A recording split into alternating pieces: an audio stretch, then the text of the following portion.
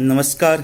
बहुत बहुत स्वागत है आपका हमारे इस खास वैज्ञानिक सत्र में। दोस्तों, आप देख रहे हैं doctor Raja Babu life studio और मैं हूं आपका होस्ट डॉक्टर राजा बाबू। दोस्तों, हम लगातार आपसे चर्चा कर रहे हैं एंडोक्राइनोलॉजी के तहत हार्मोन संबंधी ग्रंथि के बारे में, जिसमें पिट्यूटरी ग्लैंड के बारे में अभी हम पीयूष ग्रंथि के बारे में आपसे चर्चा कर रहे हैं। और इस पीयूष ग्रंथि की जो अव्यवस्था जिस कारण होती है उसी पर हम लगातार आपके साथ अभी रूबरू हो रहे हैं। दोस्तों, आपसे गुजारिश है कि आप मेरे इस सत्र को खास समझने के लिए पुराने सभी सत्रों को जरूर देखें, ताकि आप समझ पाएंगे। हम एक एक पहलू पर आपसे आसान शब्दों में हिंदी में समझाने की कोशिश कर रहे हैं और हम आपके साथ अध्ययनरत हैं और मुझे उम्मीद है कि आप इसे समझ पाएंगे।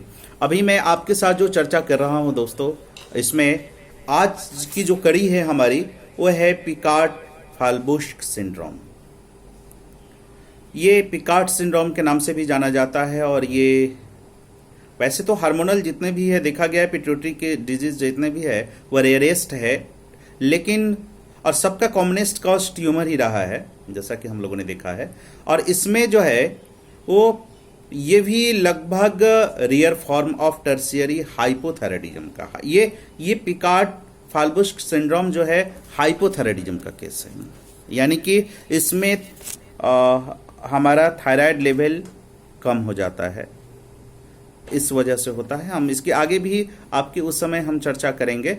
और ये क्या है ना कि 1972 में और 1973 में रेनेट पिकार्ड के द्वारा और रुडोल्फ फाल्बुश्क के द्वारा कैरेक्टराइज किया गया, वर्णन किया गया था। और इसकी जो कमी देखी जाती है वह इसलिए है चूंकि देखिए पिट्यूटरी ग्लैंड के जो आगे वाले भाग है, जो एडिनो हाइपोफाइसिस है यानी कि एंटेरियर लोब है, उससे थायराइड स्टिमुलेटिंग हार्मोन सेक्रेट होता है, जिसके द्वारा आप देखेंगे कि थायराइड ग्लैंड का जो थायरॉक्सिन हार्मोन है वह यहां से सेक्रेट हो पाता है। हम थायराइड ग्लैंड पे जस्ट आपके पास अभी ब्रीफ चर्चा करेंगे उस पर, इसके बाद आप अगली घड़ी। इसके लिए आप हमारे चैनल को देखते रहे, लगातार देखते रहे, सत्र को लगातार देखें।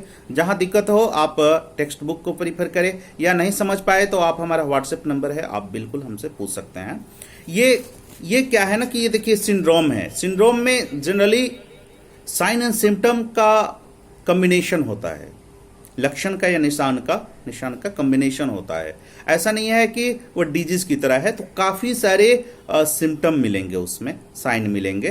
तो ये हाइपोथायराइडिज्म जो कि डिक्रीज्ड, जब थायराइड स्टिमुलेटिंग हार्मोन का सेक्रेशन कम होने लगता है, उसके बाद इसमें आप देखेंगे प्रोलैक्टिन लेवल इस जगह बढ़ा हुआ मिलता है। प्रोलैक्टिनेमिया होता है, इसमें प्रोलैक्टिनेमिया होता है, ब्लड में प्रोलैक्टिन का लेवल कम मिलता है, या ग्रोथ हार्मोन का सेक्रेशन कम होगा। उसका बहुत सारे उसका कारण भी है, सुप्रासेलुलर फेल्योर भी देखा जा सकता है सेकेंडरी हाइपोगोनाडिज्म के केस में। और बहुत ज्यादा अगर सिविरिटी है इस केस का तो सेकेंडरी एड्रिनल इनसफिशियंसी भी आपको दिखने को मिल सकती है। ये लगभग इसका एंडोक्राइनोलॉजिकल मैनिफेस्टेशन है। आप इस चीज को समझने के लिए हमारे पीछे वाली कड़ी को जरूर देखें, तो आप जरूर समझ जाएंगे। मुझे उम्मीद है कि कोशिश कर रहा हूं मैं आसान शब्दों में आप लोग को समझा पाऊं। तो क्या होता है, इसका कारण क्या? आप कहिएगा कि ठीक है, इतने सारे सिंड्रोम मिलेंगे, अगर थायराइड स्टिमुलेटिंग हार्मोन का सेक्रेशन कम हो गया है, प्रोलैक्टिन का लेवल बढ़ा हुआ है, ग्रोथ हार्मोन का सेक्रेशन कम हो गया है ना, तो या गोनाडोट्रोफिक हार्मोन का सेक्रेशन भी कम है, एड्रिनल इनसफिशियंसी भी है, तो ऐसे किसका कारण क्या होता है? देखिए कारण बहुत सारा है। मूलतः जो इसका मूल कारण है ना वो ये है कि जो हाइपोथैलेमस और पिट्यूटरी ग्लैंड के बीच, हमारा हाइपोथैलेमस के बीच पिट्यूटरी ग्लैंड के बीच पोर्टल वेन है जो कनेक्ट करता है, उसमें इंटरप्शन होना पहला कारण है। क्यों? अगर ट्यूमर है मान लीजिए हमारे ब्रेन में, है ना, या पिट्यूटरी ग्लैंड में या हमारे हाइपोथैलेमस में, तो वह इनफंडिबुलम को कंप्रेस करेगा और इन्फ्लामेटरी डिसऑर्डर भी जो होता है, अगर ब्रेन में कुछ इन्फ्लामेशन यानी सूजन संबंधी अव्यवस्था गड़बड़ी आ जाती है या चोट लग गई हो, कुछ जन्म के दौरान कुछ जेनेटिक म्यूटेशन हुआ हो, जैसे जिसको हम पिट्यूटरी स्टॉक इंटरप्शन सिंड्रोम के नाम से जानते हैं, तो ये सब कारण की वजह से आपको पिकार्ड फाल्बुस सिंड्रोम या पिकार्ड सिंड्रोम जिसको बोलते हैं वो होता है। अब इसको जानेंगे कैसे, डायग्नोसिस कैसे करेंगे, यही है ही। देखिए बहुत जरूरी है कोई भी दवा लेने से पहले, कुछ भी लेने से पहले ये जानना कि ये गड़बड़ी यही है ही, तभी आप करेंगे। जब तक दुश्मन को भली भांति आप नहीं जानते हैं तब तक मारना उचित नहीं है, वह आपको कहीं ना कहीं हानि पहुंचा सकता है। तो ठीक शरीर में अगर डिसऑर्डर यानी डिजीज अगर इसी भांति आता है तो बहुत जरूरी है निदान कर लेना, पहचान लेना कि यही है। तो इसका सबसे बड़ा कारण जो देखा गया है पिट्यूटरी एडिनोमा, यानी कि पिट्यूटरी एडिनल हमारा जो ग्लैंड है, जो हमारा हार्मोनल ग्लैंड है, एडिन यानी कि ग्लैंड है, उसमें बेनाइन ट्यूमर का होना, एडिनोमा होना, ये देखा गया। जब मैं हाइपर पिट्यूटरिज्म की या पिट्यूटरी ट्यूमर की चर्चा किया था तो मैं बताया था ये कॉमनेस्ट कॉज है, लगभग हाइपर या हाइपो दोनों के लिए ये खास के काम करता है ना। तो इसमें क्या है देखा जाए, दूसरा क्या है कि प्रोलैक्टिन लेवल अगर बढ़ता है कभी कभार तो ये भी आपको इस सिंड्रोम के लिए, इस बीमारी के लिए उत्तरदायित्व होता। आप इलाज क्या करेंगे, देखिए सबसे पहली चीज अगर ट्यूमर है तो उसकी सर्जरी करते हैं, ट्रांसस्पेनाइडल करते हैं या यहाँ क्रेनिटोमी भी कर सकते हैं। इससे भी सर्जरी, पहले सर्जिकल की तरफ भी जाता है कि ट्यूमर है तो हटाने के लिए उस तरफ जाना ही होगा।